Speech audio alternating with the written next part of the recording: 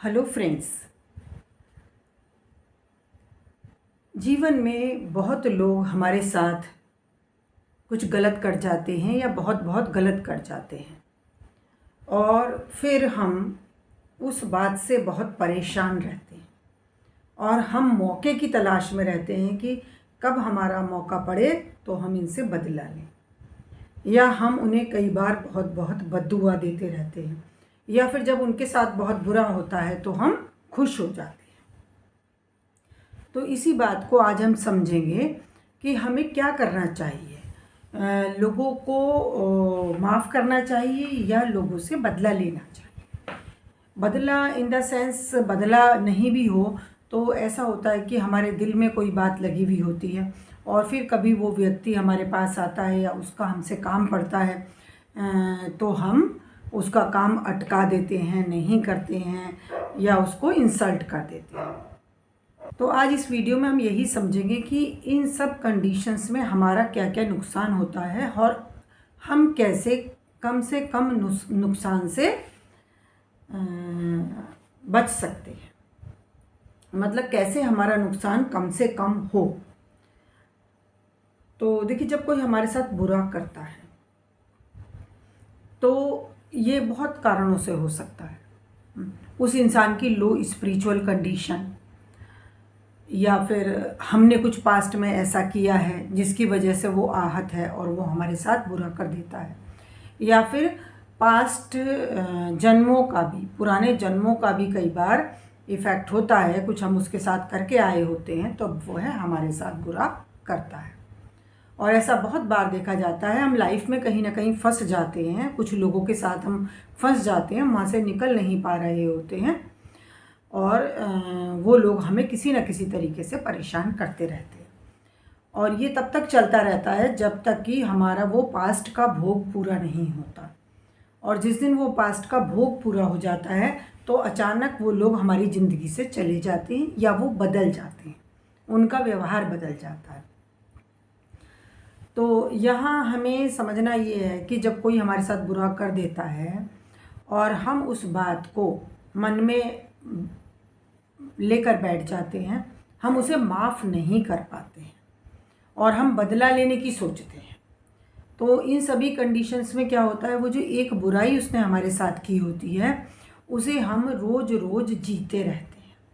वो तो हो सकता है कि उसे एहसास भी ना हो कि उसने हमारे साथ ये बुरा कर दिया है। कभी कभी घरों घरों में होता है छोटी छोटी बातों को लेकर के कि किसी ने आपको कोई चीज़ लेने से मना कर दिया या आपने कुछ कहा तो उसने रूडली जवाब दे दिया।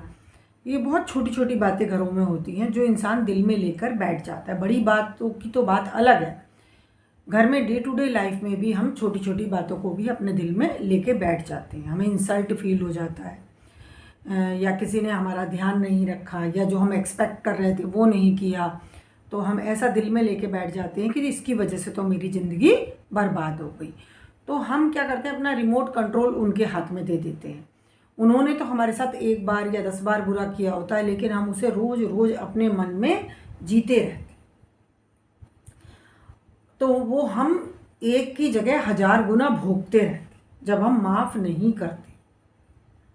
और फिर जब हम उसका बदला लेते हैं तो देखिए, बुराई तब जीत जाती है जब वह मुझे बुरा बनाने में कामयाब हो जाती है। तो जब जो हमारे साथ बुरा कर रहा होता है, अगर हम भी उसके साथ वैसा ही करना शुरू कर देते हैं तो हम भी बुरे बन जाते हैं। वो अपनी बुराई का फल भोगेगा। अगर हम ईश्वर में विश्वास रखते हैं, अगर हमें कर्मों के फल पर विश्वास है, तो फिर वो अपने कर्मों का भोगेगा और हम भी अपने कर्मों का भोगेंगे। तो यहाँ वो जीत जाता है क्योंकि वो हमें अपने जैसा बनाने में कामयाब हो जाता है। तो ये तो बात हुई बदला ले लेने की। लेकिन अगर हम बदला नहीं ले पा रहे हैं और हम बदला लेने की सोचते रहते हैं तो भी हम अपने मन में वो जो पेन है, वो जो तकलीफ़ हमें उससे आई होती है, उसको हम सालों साल जिंदा रखते हैं। और जो हम अच्छा कर सकते थे, जीवन में बहुत सारी चीज़ें थी करने के लिए, किसी का भला कर सकते थे, अपने डेवलपमेंट के लिए कुछ कर सकते थे, वो हम नहीं करते हैं और बस हम उस एक घटना में, पास्ट में जीते रहते हैं और जैसे ही हमें मौका मिलता है हम उसके साथ बुरा कर देते हैं और हम भी उसके जैसे बन जाते हैं, क्योंकि जो हम बुरा करेंगे उसका फल फिर हमें आएगा। और हमारे यहाँ एक चीज़ मैंने और भी देखी है कि हमारे यहाँ पुरानी कहानियाँ देखते हैं तो वहाँ लोगों ने बदले लिए। कभी कभी होता था कि एक परिवार का झगड़ा दूसरे परिवार से चल गया और वो लोग एक दूसरे का मर्डर करते रहते थे, दुश्मनी पाल लेते थे। तो माफ़ करने का कॉन्सेप्ट हमें उतना सिखाया भी नहीं जाता है। ये चीज़ थोड़ी मैंने क्रिश्चियनिटी से सीखी है। वहाँ मैंने सुना कि जो मर्डरर को भी कई लोगों ने, क्रिश्चियंस ने माफ़ कर दिया।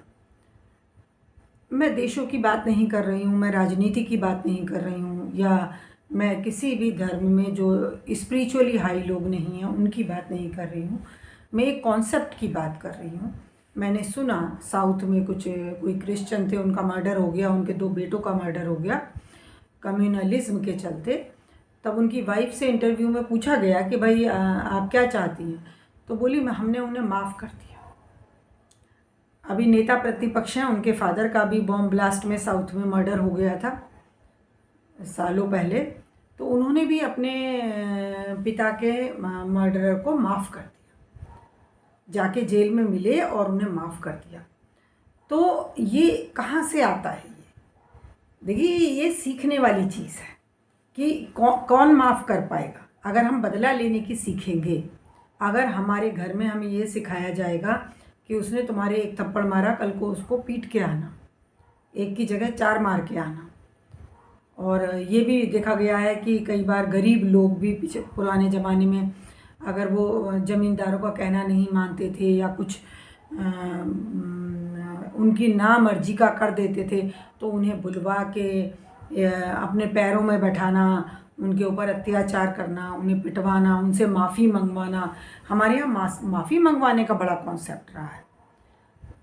माफ़ी मंगवाना भी क्या होता था, और छोटी छोटी बातों के लिए, और उन बातों के लिए जो उनकी गलती कम और हमारी गलती ज़्यादा रही हो, वहाँ भी माफ़ी मंगवाने का बड़ा कॉन्सेप्ट था कि उसको एहसास कराया जाए। ठीक है, किसी मैटर में हो सकता है कि उसने बड़ा गुनाह किया है तो माफ़ी मंगवा के उसे छोड़ दिया, वो तो ठीक बात है। लेकिन कई बार मैंने देखा है बच्चों से माफ़ी मंगवाना, और वो उतना बड़ा गुनाह नहीं होता है कि इंसान को इतना नीचा दिखाया जाए। तो ये सीखने की बात है। मतलब हम अपने समाज परिवार से क्या सीख रहे हैं? बदला लेना सीख रहे हैं या माफ़ करना सीख रहे हैं? तो जब हमने माफ़ करना सीखा नहीं, हमें किसी ने सिखाया नहीं, तो फिर हमें बदला लेना ही आता है। ये एक सीखने का मैटर है। और एक क्या होता है, स्पिरिचुअल कंडीशन। जो लोग माफ़ करने का कॉन्सेप्ट मानते हैं या कर पाते हैं, वो इसीलिए कर पाते हैं कि उनकी स्पिरिचुअल कंडीशन शायद हाई होती है। वो ईश्वर में भरोसा रखते हैं, ईश्वर की इबादत करते हैं, ईश्वर को मांगते हैं। देखिए, हमारे अंदर जो ईश्वरीय एनर्जी बढ़ेगी वो ईश्वर को मांगने से ही बढ़ती है। हमें ईश्वर ही चाहिए, हमें तू चाहिए, तू हमारे साथ में रहे। तो जब वो हमारे साथ में आता है तब हमें उस जो इंसान है सामने वाला, वो मर्डरर है, वो हमारे साथ कोई बुरा करने वाला है, तब हमें उसकी स्थिति समझ में आती है कि वो ऐसा क्यों कर रहा है। कई लोग हमारे साथ बुरा इसलिए करते हैं क्योंकि वो जेलस हो रहे होते हैं। तो जब कोई इंसान दूसरा जेलस हो रहा है, जल रहा है, ईर्ष्या कर रहा है, तो हम इसको बुराई मान लेते हैं। हम ऐसा मान लेते हैं कि ये बुरा इंसान है, ये जलता है। लेकिन वास्तव में देखा जाए तो ये उसकी बहुत बुरी कंडीशन है। जो हमसे जल रहा है, जो हमसे ईर्ष्या कर रहा है, वो अपने आप में बहुत दुखी इंसान है। वो उस बात के लिए दुखी है जो उसके पास नहीं है, मेरे पास है। तो जनरली जो लोग हमारे साथ बुरा करते हैं वो या तो डरे हुए इंसान होते हैं, या उन्हें ईर्ष्या होती है, या उन्हें कोई लालच होता है, लालच में वो बुरा करते हैं हमारे साथ में, या गुस्से में बुरा करते हैं। तो ये चीज़ें अपने आप में बीमारी हैं। उनकी लो स्पिरिचुअल कंडीशन की वजह से वो हमारे साथ वैसा करते हैं। तो अगर एक बीमार इंसान चिल्लाता है या एक बीमार इंसान हमारे साथ में कुछ हमें तकलीफ़ देता है, तो हम उससे बदला नहीं लेते। ये सब बीमार लोग हैं। तो बेहतर तो यही है कि हम इन्हें माफ़ करें। जिसने मेरे साथ बुरा कर दिया मैं उसे माफ़ कर दूं। तो मैं उसे माफ़ कैसे कर पाऊँ? मेरे दिल से तो बात निकलती नहीं है। तो एक चीज़ है जिससे हम माफ़ कर सकते हैं कि हम उसे ईश्वर को सौंप दें। माफ़ ना करें, ईश्वर से कहें कि आप देखिए इसका कितना गुनाह है और आप इसे दंड दीजिए। बहुत आसान तरीका है लोगों के बुरे कामों से छुटकारा पाने का, अपने आप को फ्री करने का। क्योंकि अगर हम माफ़ नहीं कर पाएंगे तो हम सालों साल टॉर्चर होते रहेंगे। और दूसरा, बदला लेने की कंडीशन में हम खुद के लिए और बुरा भविष्य बनाएंगे। क्योंकि पहली बात तो ये नहीं पता कि जिसने मेरे साथ बुरा किया था वो मेरे ही तो किसी पूर्व कर्म का फल नहीं था, ऐसा भी हो सकता है। तो फिर तो बात बराबर हो गई। मान लीजिए मैंने पुराने जन्म में किसी पूर्व जन्म में उसके साथ बुरा किया था, या इस जन्म में मेरे किसी काम की वजह से उसका नुकसान हुआ था, तो उसने मुझे नुकसान पहुंचा दिया, बात बराबर हो गई। तो ऐसे में जब हम खुद बदला लेने चल पड़ते हैं तो कई बार हम फिर से बुरा कर्म कर लेते हैं और फिर हमें उसका फल आने के लिए हम बुरा भविष्य तैयार कर लेते हैं। लेकिन ईश्वर को सौंप देने से हमें क्या फ़ायदा होता है? एक तो हम बदला लेने से बच जाते हैं, वहाँ जो हमारा समय और एनर्जी वेस्ट होना था वो बच जाएगा। और अगर वो हमारे किसी पूर्व कर्म का फल था तब भी हम नया कर्म बनाने से बच जाएंगे। और जब ईश्वर बदला लेता है तो वो फुल एंड फाइनल लेता है। देखिए, बदला अगर थोड़ा सा भी कम या ज़्यादा हो गया तो फिर उसका हमें फल आएगा, फिर हमें उसकी तकलीफ़ आएगी। तो अगर हमने ज़्यादा किसी ने हमारा थोड़ा सा नुकसान किया और हमने बदले में उसका बहुत ज़्यादा नुकसान कर दिया, तो फिर उसका फल फिर हमें आएगा। और अगर वो हमारे पूर्व जन्म का कर्मों का फल था तो ये हमने नया कर्म बना लिया, फिर हमें इसका बदला आएगा। तो ये तो चक्र चलता ही जाएगा, इससे तो कभी भी हमें छुटकारा नहीं मिलेगा और हम जीवन में और जीवनों में कुछ और नहीं कर पाएंगे। सिर्फ हम इस बदले की आग में जलते रहेंगे और बदले लेते रहेंगे और नए बुरे कर्म बनाते रहेंगे।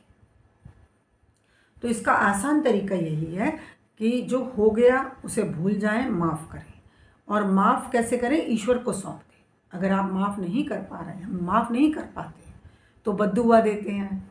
बद्दुआ ना दे करके ईश्वर, देखिए, एक तो बद्दुआ हम ये देते हैं, भगवान बस इसने मेरे साथ किया, ऐसा ही इसके साथ हो। तो देखिए, विचार पे दुनिया चल रही है।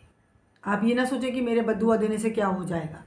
विचार पे दुनिया चल रही है। हाँ, हर समय आपके बद्दुआ देने से नहीं होगा, बट आपके विचार का फ़र्क आपको पड़ेगा। और अगर आपके बद्दुआ देने का उसे फ़र्क नहीं पड़ा तो फिर आपको पड़ेगा। इस बात को आप समझें, क्योंकि वो चीज़ें कई बार कहते हैं ना, जो हम सूरज पर फेंको धूल तो वो लौट के हम पर ही आती है। तो अगर वो वहाँ तक नहीं जाएगी तो फिर लौट के हम तक आएगी। तो इसमें क्या होता है कि जो हम बद्दुआ देते हैं वो भी एक अच्छी कंडीशन नहीं है, क्योंकि विचार पे ही प्रकृति चल रही है। इंसान के विचार से ही तो इतना डेवलपमेंट हुआ है। इंसान जो सोचता जा रहा है बहुत कुछ वैसा होता गया। सबसे बड़ा उदाहरण है आसमान में उड़ना, एरोप्लेन में उड़ना। इंसान ने सोचा कि मैं उड़ूं तो एरोप्लेन बना लिया। इतनी बड़ा एरोप्लेन, कई मंजिली इमारत के बराबर एरोप्लेन आसमान में उड़ जाता है। तो इंसान का विचार इतना पावरफुल है। तो जब हम बद्दुआ देते हैं, अब मान लो वो इंसान हमारे साथ जो कर रहा था, कोई बुराई कर रहा था, तो वो बिना ईश्वर की मर्जी के कैसे हो सकता है? अब हो सकता है हमारे पुराने कर्म थे जिसकी वजह से ईश्वर ने ही उसे नियुक्त किया है और वो हमें परेशान कर रहा है, हमें कहीं ना कहीं कुछ नुकसान पहुंचा रहा है। तो अगर ईश्वर ने उसे अपॉइंट किया है तो फिर हम वो नुकसान बर्दाश्त करना हमारा फ़र्ज बन जाता है, हमारी ड्यूटी बन जाती है। देखिए, जब हम कहीं फंस गए हैं और वहाँ से निकल नहीं पा रहे हैं, वो हमारे बॉस हो सकते हैं, वो हमारा लाइफ पार्टनर हो सकता है, वो हमारे माता पिता हो सकते हैं, हमारे बच्चे हो सकते हैं। तो जब हम ऐसी जगहों में फंस गए हैं और हम वहाँ से निकल नहीं पाते हैं, तो फिर उसे ईश्वर की मर्जी मानकर बर्दाश्त करें। करते हैं लोग, बच्चे इतना इतना बुरा कर जाते हैं, माँ बाप को छोड़ दीजिए, बॉस को छोड़ दीजिए, बच्चे बहुत बुरा बुरा कर जाते हैं और हम उनका बुरा नहीं कर पाते क्योंकि हम मोह में फंसे होते हैं। तो हम वहाँ बर्दाश्त ही करते हैं, बर्दाश्त करना ही उपाय रहता है। तो जब हम किसी सिचुएशन में फंसे हुए हैं तो और वहाँ से नहीं निकल पा रहे हैं, तो इसको कैसे बर्दाश्त करें, उस सिचुएशन में कैसे बर्दाश्त करें? उसका यही उपाय है कि ईश्वर हमें ये सब हमें दे रहा है, हम लेंगे, हम बहादुर हैं, हम बर्दाश्त करें। बॉस भी हो सकता है। अब ऐसा नहीं है कि आप जरा सी बात पर रिज़ाइन करके चले आए। आपकी फैमिली है, आपकी लाइफ है, तो बॉस की बात पर, जरा सी बात पर आप रिज़ाइन नहीं कर सकते, ना आपको करना चाहिए। अब बॉस क्या करेगा? बॉस आपसे ज़्यादा काम लेगा, आपको इंसल्ट कर सकता है।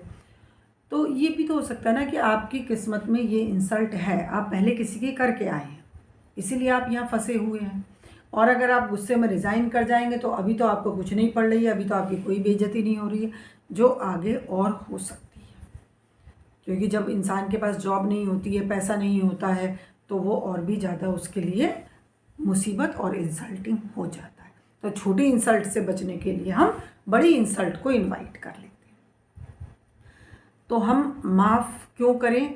क्योंकि हमें पता नहीं कि वो जो दूसरा कर रहा है या उसने किया है वो किस वजह से हो रहा है। अगर वो मेरे ही कर्मों का फल था तो फिर बात बराबर हो गई। दूसरी, अगर वो किसी लो स्पिरिचुअल कंडीशन में है तो हम उसे माफ़ करें क्योंकि वो एक बीमार इंसान है। जैसे एक हम और भी माफ़ कर सकते हैं, जैसे हम अपने बच्चों को माफ़ करते हैं। जैसे बच्चे हमारे बहुत बहुत गलतियां करके आते हैं तो हम उनका बचाव ही करना चाहते हैं, हम उनका भला ही करना चाहते हैं। हम सोचते हैं चलो ये, इवन यहाँ तक देखा गया है कि बच्चा मर्डर करके आ जाए तब भी माता पिता ये चाहते हैं कि किसी तरह से किसी को पता ना चले और ये बच जाए। तो जो हम अपने बच्चे के साथ व्यवहार करते हैं वो हम दूसरों के साथ कर या कर। अगर हम माने कि सब भगवान के बच्चे हैं और ईश्वर ही सबको चला रहा है, तब ये भी कंडीशन हमें माफ़ करने में मदद कर सकती है। तो माफ़ करना ही उपाय है। बड़े बड़े युद्ध हुए और जब युद्धों में कोई देश हार जाता है तो क्या होता है? क्या करें उस देश का? हार तो वो गया, अब क्या करें? तो अब समझौता होता है। हर युद्ध के बाद समझौते हुए हैं। तो वही कंडीशन आ गई कि लड़ाई होने के बाद फिर समझौता होता है और समझौते में माफ़ करना पड़ता है। अगर आप समझौते में माफ़ नहीं करें, किसी समझौते में ये नहीं होता कि भाई अब आप इनकी गर्दन उड़ा दें। कुछ लोगों को सज़ा दी जाती है। फर्स्ट वर्ल्ड वॉर के बाद जर्मनी पे बड़ी बड़ी हार्श कंडीशंस अप्लाई कर दी गई। जर्मनी संभल नहीं पाया। जर्मनी की कंडीशन बहुत बुरी हो गई, वहाँ के लोगों की कंडीशन बहुत बुरी हो गई और इसी का नतीजा हुआ कि हिटलर का जन्म हुआ। लेकिन सेकेंड वर्ल्ड वॉर के बाद जर्मनी के ऊपर उस तरह की कंडीशंस नहीं लगाई गई क्योंकि ये माना गया कि वो गलती थी। मतलब एक इंसान को, किसी भी देश को आप इतना दबाएंगे कि वहाँ पर फिर और आतताई पैदा हो जाएंगे। अति दबाएंगे तो फिर आतताई फिर पैदा हो जाएगी। तो माफ़ करना ही उपाय है। कहने का मतलब ये है कि माफ़ करने से ही समस्याएं ख़त्म हो सकती हैं, नहीं तो ये एक चक्र चल जाएगा बदला लेने का और ये कभी इंसान इससे बाहर नहीं आ पाएगा। और इस फ्रंट में हम दो तरीके से गलती करते हैं। देखिए, एक तो जो हो गया हम उसका बदला लेने निकल पड़ते हैं, ये भी गलत है। अब जो कर गया उसके कर्म बन गए। अगर आप ईश्वर में मानते हैं तो ईश्वर पे छोड़ दीजिए, उसने अपने कर्म बनाए, वो भोगेगा। ईश्वर में अगर हमारा पूरा विश्वास है तो हम माने कि वो एक एक रत्ती एक्शन का बदला होगा। और दूसरी गलती हम क्या करते हैं कि हम सहते रहते हैं, ये भी गुनाह है। मतलब किसी को हम गलत करने के लिए प्रोत्साहित करते रहते हैं। जब हम सहते रहते हैं, जब हम बोलते नहीं हैं, क्यों? हम उनकी बहुत इज्जत करते हैं। ऐसी भाई गलत इंसान की इज्जत कैसी? ये भी गलत टीचिंग है कि बड़ों की हमेशा इज्जत करो। तो बड़ा कौन है? बड़ा वो है ना जिसके कर्म बड़े हैं या जो उम्र में बड़ा है। कैसे बड़ा माना जाए? तो जब हम सिर्फ कि बड़ों की इज्जत करो इसलिए हम अन्याय सहते रहते हैं, वो मेरा पति है इसलिए अन्याय सहते रहते हैं। तो पति अगर बड़ा है, अगर परमेश्वर है, तो उसके अंदर परमेश्वर वाले गुण होने चाहिए ना।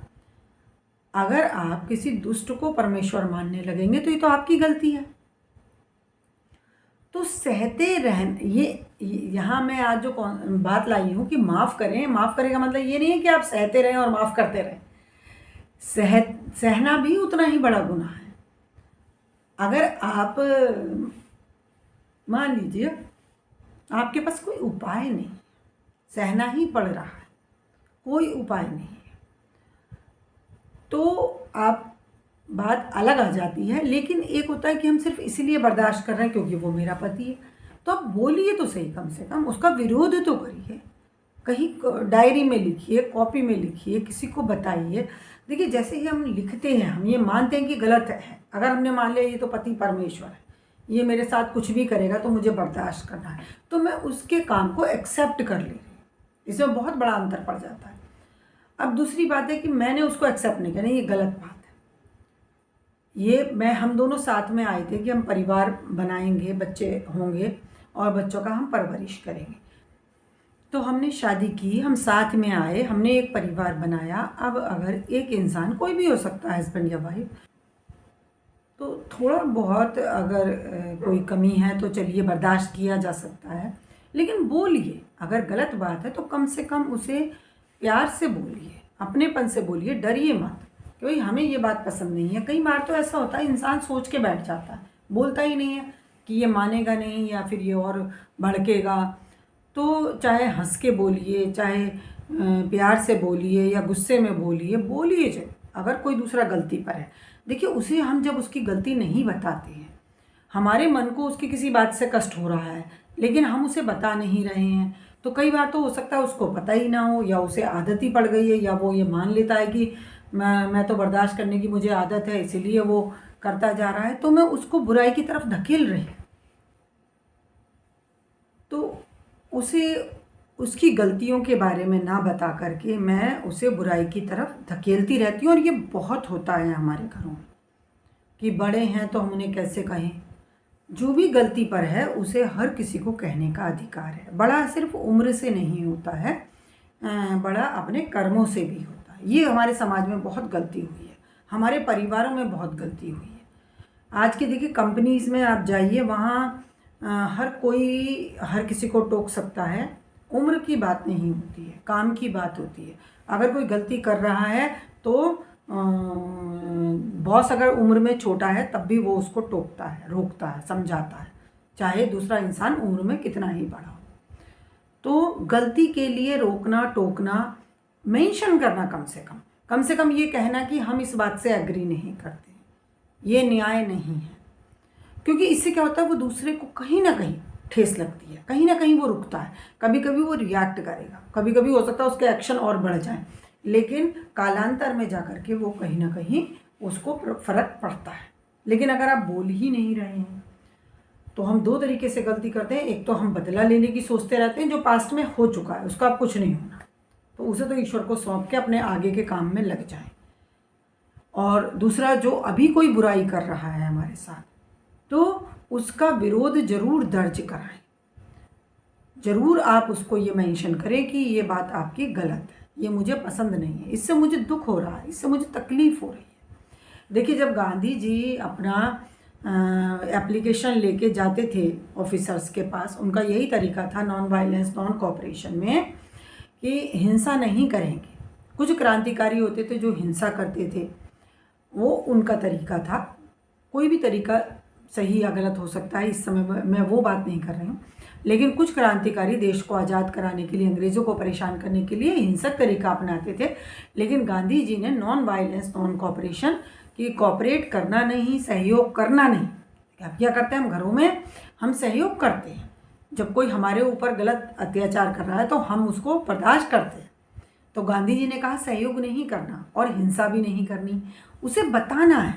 अगर हम सच्चाई पे हैं, अगर हमारे साथ गलत हो रहा है तो हमें ज़रूरत है कि हम सामने वाले को समझाएं, बताएं और उसे ये एहसास करवाएं कि वो गलती पर है। तो हम अब जब गांधी जी एक अपनी एप्लीकेशन लेकर के, उनकी डिमांड होती थी नमक सत्याग्रह से पहले उन्होंने अपनी शायद 11 डिमांड्स भेजी थी जहाँ तक है इरविन को, तो वो उनकी एक्सेप्ट नहीं हुई। फिर उन्होंने नमक आंदोलन किया। तो क्या होता है कि पहले आप बताएं कि भैया हम ये चीज़ें हमारी आप कर रहे हैं, ये हमारे साथ गलत है।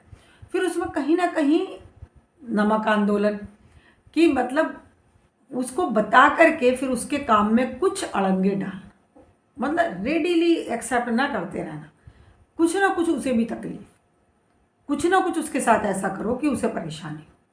तो गलत नहीं करना है, हिंसा नहीं करनी है, बट उसके गलत, सामने वाले की गलत बातों को का उसे एहसास दिलाना, उसे बताना, पॉजिटिवली एंड स्ट्रिक्टली बताना। और फिर वो जो हमसे करवाने की कोशिश कर रहा है उसे ना करना। ये करना भी हमारा धर्म है। 2-3 कई फ्रंट पे हम गलतियां करते हैं। तो जो पुराना हो चुका है पास्ट में उसे माफ़ कर दें, वो हो गया है। अभी कोई बुरा कर रहा है तो वायलेंट ना हो, लेकिन उसे बताएं, नोट करें, कहीं ना कहीं बोलें, मन में बनाएं, डायरी में लिखें, उसको मन में ज़रूर ये बताते रहें कि भाई ये काम मेरे साथ गलत हो रहा है, ये गलत है, ये गलत है। ये ना सोच लें कि तो पति है, ये तो सास है, ये तो बहू है, ये तो ऐसा ही करेगी, ये तो बच्चे हैं, ये तो ऐसा ही करेंगे। कई बार हम बच्चों से भी प्रेशराइज हो जाते हैं कि हम कुछ बोलेंगे तो ये बुरा मान जाएंगे। बहुत बार हम पेरेंट्स से प्रेशराइज रहते हैं कि पेरेंट्स बुरा मान जाएंगे। अब हम नहीं चाहते कि वो बुरा माने। तो क्यों नहीं चाहते हम बुरा माने? कि हमें उनसे कुछ फ़ायदा हो रहा होता है, या फिर हम नहीं चाहते कि वो बुरा मान के हमसे बात करना बंद कर। वो उनका मैटर है, वो बात करें ना करें, लेकिन हम उस बात को, जो भी वो गलती कर रहे हैं, उसे पॉजिटिवली रखें। ये अगर हम गलत का साथ देते हैं तो हम भी बहुत बड़ी गलती करते हैं, हम भी उस गुनाह में शामिल हैं। मान लीजिए वो तो मेरे ऊपर अत्याचार कर रहा है, वो तो मेरा शोषण कर रहा है और मैं अपना शोषण होने दे रही हूँ, तो इसमें हम दोनों का ही बराबर नुकसान है। उसे तो इस बात का दंड मिलेगा कि उसने मेरा शोषण किया, और मुझे इस बात का दंड मिलेगा कि मैंने अपना शोषण होने दिया। तो फिर मैं किसके भले के लिए चुप हूँ? अब मुझे बोलना चाहिए, चाहे वो मेरा कोई भी रिश्ता है। अगर कोई इंसान मेरा शोषण कर रहा है तो ये कई बार होता है जी, अब ससुर हैं, उनके सामने मुंह कैसे खोलें। हालांकि आजकल का ये इशू है नहीं, फिर भी है। बहुत लोग ऐसा, बहुत लेडीज़ ऐसा करती हैं, या बहुत पति भी ऐसा करते हैं कि भाई अब कैसे उनके सामने मुंह खोलें, कैसे उन्हें बताएं कि ये वो गलती कर रहे हैं। तो हम बर्दाश्त करते रहते हैं। तो यहाँ हम बहुत बड़ी गलती करते हैं और फिर हमें इसके दंड आते रहते, और फिर होता ही है कि भाई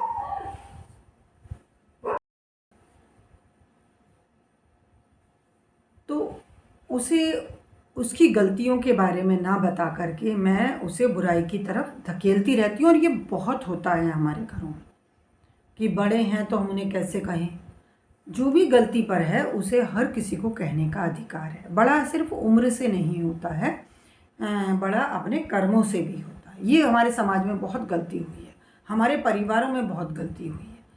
आज की देखिए कंपनीज़ में आप जाइए, वहाँ हर कोई हर किसी को टोक सकता है। उम्र की बात नहीं होती है, काम की बात होती है।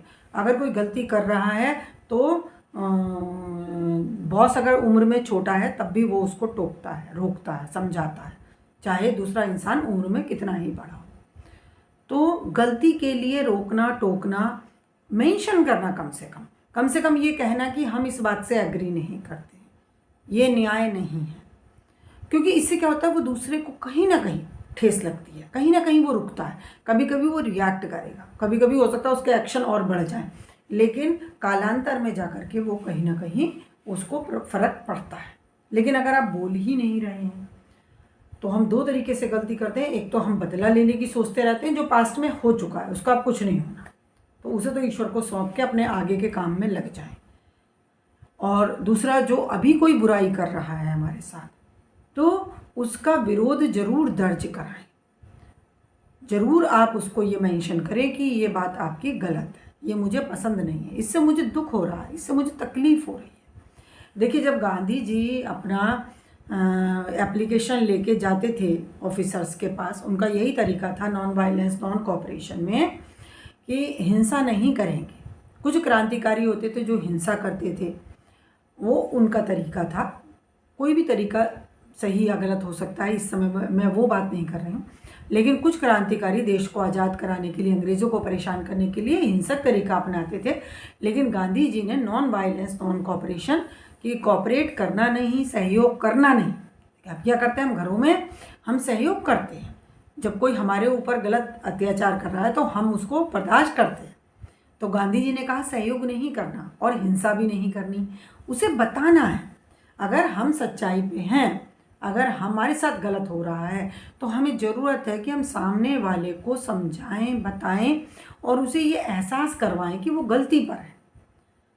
तो हम अब जब गांधी जी एक अपनी एप्लीकेशन लेकर के, उनकी डिमांड होती थी नमक सत्याग्रह से पहले उन्होंने अपनी शायद 11 डिमांड्स भेजी थी, जहाँ तक इरविन को, तो वो उनकी एक्सेप्ट नहीं हुई। फिर उन्होंने नमक आंदोलन किया। तो क्या होता है कि पहले आप बताएं कि भैया हम ये चीज़ें हमारी आप कर रहे हैं, ये हमारे साथ गलत है। फिर उसमें कहीं ना कहीं नमक आंदोलन की मतलब उसको बता करके फिर उसके काम में कुछ अड़ंगे डालना, मतलब रेडीली एक्सेप्ट ना करते रहना, कुछ ना कुछ उसे भी तकलीफ, कुछ ना कुछ उसके साथ ऐसा करो कि उसे परेशानी हो। तो गलत नहीं करना है, हिंसा नहीं करनी है, बट उसके गलत, सामने वाले की गलत बातों को का उसे एहसास दिलाना, उसे बताना, पॉजिटिवली एंड स्ट्रिक्टली बताना।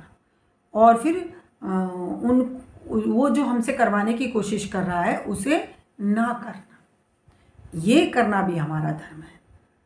2-3 कई फ्रंट पे हम गलतियां करते हैं।